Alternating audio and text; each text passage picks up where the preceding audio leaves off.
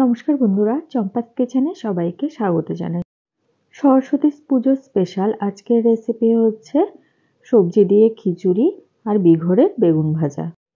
মাত্র 15 মিনিটের মধ্যে প্রেসার কুকারে এই খিচুড়ি আমি কি করে রান্না করি, চলো তার রেসিপিটা চটপট দেখে নেওয়া যাক। খিচুড়িটা দেখতেই শুধুমাত্র নয়, খেতেও হয় অসম্ভব ভালো।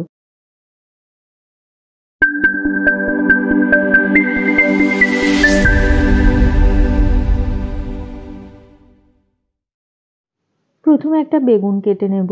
এখানে আমি দেখো বেশ বড় সাইজের একটা নরম তুলতুলে বিঘরের বেগুন নিয়েছি। তোমরা অনেকেই হয়তো নর্থ বেঙ্গলের স্পেশাল বিঘরের বেগুনের নাম শুনেছ। এক একটা বেগুন সাইজে বেশ বড়, 750 থেকে 1 কেজি ওজনেরও হয়ে থাকে। তো আমি বেগুনটাকে ভালো করে ধুয়ে এরকম রাউন্ড শেপের গোল গোল করে কেটে নিচ্ছি। বেগুনের টুকরোগুলোকে এরকম একটুখানি বড় বড় মোটা করেই কাটতে হবে, যেহেতু এই বেগুনের ভেতরে বীজ হয় না, একদম নরম তুলতুলে মাংসল হয়, তো ভাজার সময় উল্টানোর সময় ভেঙে যেতে পারে। এবার এই বেগুনের টুকরোর উপরে দিয়ে দিচ্ছি 1/2 টিস্পুন লবণ আর দেব 1/2 টিস্পুন হলুদ গুঁড়ো। লবণ আর হলুদ গুঁড়োকে বেগুনের দুপাশেই সুন্দর করে মাখিয়ে নিতে হবে।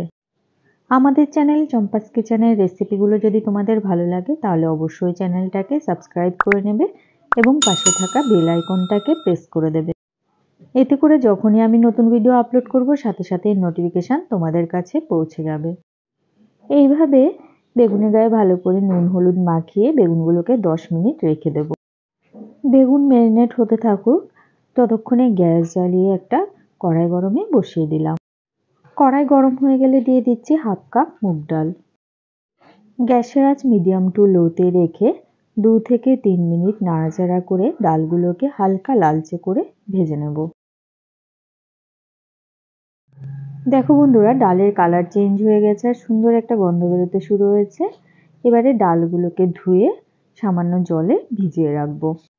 আমি আজকে যে খিচুড়িটা তৈরি করছি, এখানে 1/2 কাপ ডালের জন্য 1/2 কাপ গোবিন্দভোগ চালই ব্যবহার করেছি।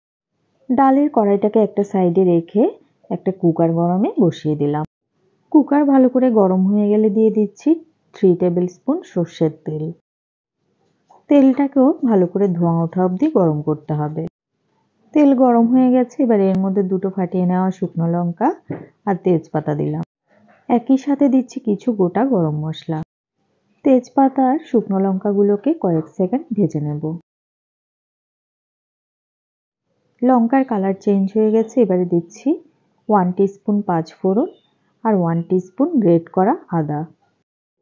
একবারেই ফোড়ন দিয়ে যেহেতু আমি খিচুড়িটা বসাচ্ছি, তাই ফোড়নের মশলাগুলো এইভাবে তেলে আগে ভেজে নেব। ফোড়ন থেকে সুন্দর একটা গন্ধ বেরিয়েছে, এবারে এর মধ্যে দিয়ে দেব সবজি। শীতের সহজলভ্য সবজি আমি এর মধ্যে ব্যবহার করেছি।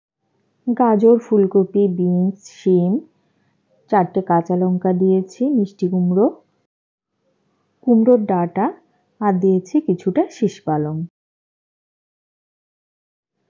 আলু আর মিষ্টি আলুগুলোকেও ডুমো ডুমো করে কেটে নিয়েছি, সেগুলো এবারে দিয়ে দিচ্ছি। সমস্ত সবজিকে তেলের মধ্যে 3 থেকে 4 মিনিট নাড়াচাড়া করে ভেজে নিচ্ছি।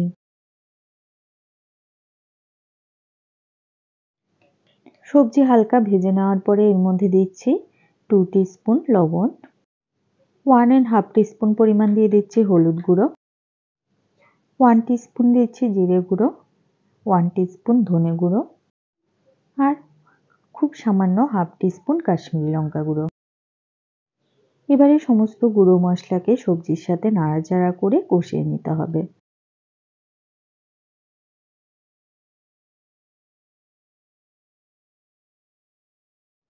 সবজিটাকে খুব সুন্দর করে কষিয়ে নিয়েছি। এবারে এর মধ্যে দিয়ে দিচ্ছি ভালো করে ধুয়ে জল ঝরিয়ে রাখা গোবিন্দভোগ চাল। একই সাথে দিয়ে দিচ্ছি ধুয়ে রাখা মুগ ডাল। এখানে গোবিন্দভোগ চাল এবং মুগ ডাল আমি সমপরিমাণে ব্যবহার করেছি। এবারে সবজির সাথে চাল এবং ডালটাকেও কয়েক মিনিট কষিয়ে নিতে হবে। এবারে এর মধ্যে দিয়ে দিচ্ছি 5 কাপ পরিমাণ জল। যেহেতু এর মধ্যে বেশ অনেকটা সবজি আমি ব্যবহার করেছি, তাই জলের পরিমাণটা বেশি দিলাম। জলের সাথে সবকিছুকে ভালো করে মিশিয়ে গ্যাসের আঁচটা হাইতে করে দেব।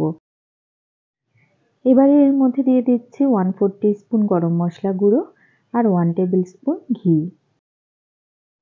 ঘি আর গরম মশলাটা কিন্তু অবশ্যই করে নিরামিষ খিচুড়িতে ব্যবহার করবে, এটাই রান্নার স্বাদের মাত্রাটাকে অনেক গুণ বাড়িয়ে দেবে। সমস্ত উপকরণ আবারও একবার মিশিয়ে নিয়ে গ্যাসের আঁচ হাইতে রেখে কুকারের ঢাকাটা বন্ধ করে দিচ্ছি। এবারে প্রেসার কুকারে 2টো সিটি পড়া অবধি অপেক্ষা করতে হবে।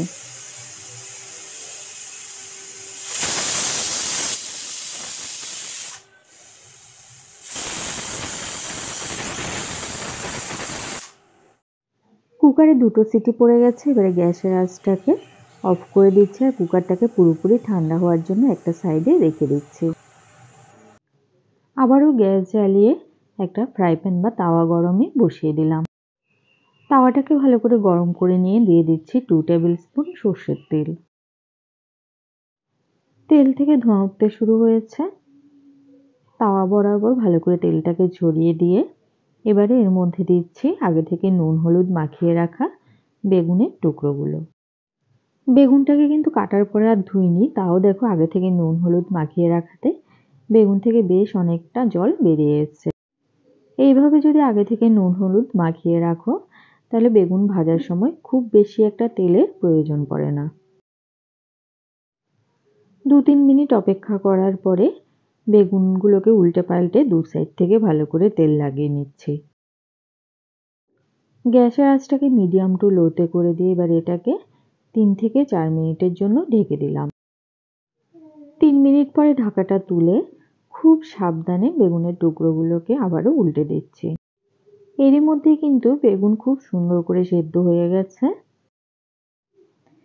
আর অল্প সময়ের মধ্যে বেগুন যেহেতু সেদ্ধ হয়ে যায় আর বেগুনগুলো ভীষণই নরম হয়, তাই উল্টানোর কাজটা একটুখানি সাবধানেই করবে। 2 সাইড থেকে বেগুনের টুকরোগুলোকে লাল লাল করে ভেজে নিয়েছি। বেগুন ভাজা কিন্তু হয়ে গেছে। অপরদিকে দেখো খিচুড়ির প্রেসার কুকারটাও পুরোপুরি ঠান্ডা হয়ে গেছে। এবারে এর ঢাকাটা খুলে নিচ্ছি। একটা হাতার সাহায্যে খিচুড়িটাকে নাড়াচাড়া করে একবার মিশিয়ে নিতে হবে। এই সময় যদি খিচুড়িটাকে তোমাদের একটুখানি ঘন মনে হয় তাহলে গরম জল ব্যবহার করতে পারো প্রয়োজন বুঝে। গরম জল দেওয়ার পরে অবশ্যই খিচুড়িটাকে একবার ফুটিয়ে নেবে। সবজি দিয়ে নিরামিষ খিচুড়ি কিন্তু পরিবেশন করার জন্য একদম রেডি। সহজ সরল ঘরোয়া পদ্ধতিতে তৈরি করা প্রেসার কুকারে অল্প সময়ে এই খিচুড়ি এবং বেগুন ভাজার রেসিপি তোমাদের কেমন লাগলো অবশ্যই কমেন্ট করে জানাবে। ভালো লাগলে লাইক করবে আর তোমার বন্ধুদের সাথে ভিডিওটাকে শেয়ার করতে কিন্তু একদম ভুলবে না। নর্থ বেঙ্গলের স্পেশাল বিঘরের বেগুন কারা কারা খেয়েছো কমেন্ট করে কিন্তু অবশ্যই জানাবে। এতক্ষণ আমার পাশে থেকে ভিডিওটা দেখার জন্য অনেক অনেক ধন্যবাদ। ভালো থাকবে, সুস্থ থাকবে। পরের ভিডিওতে আবার দেখা হবে। বাই।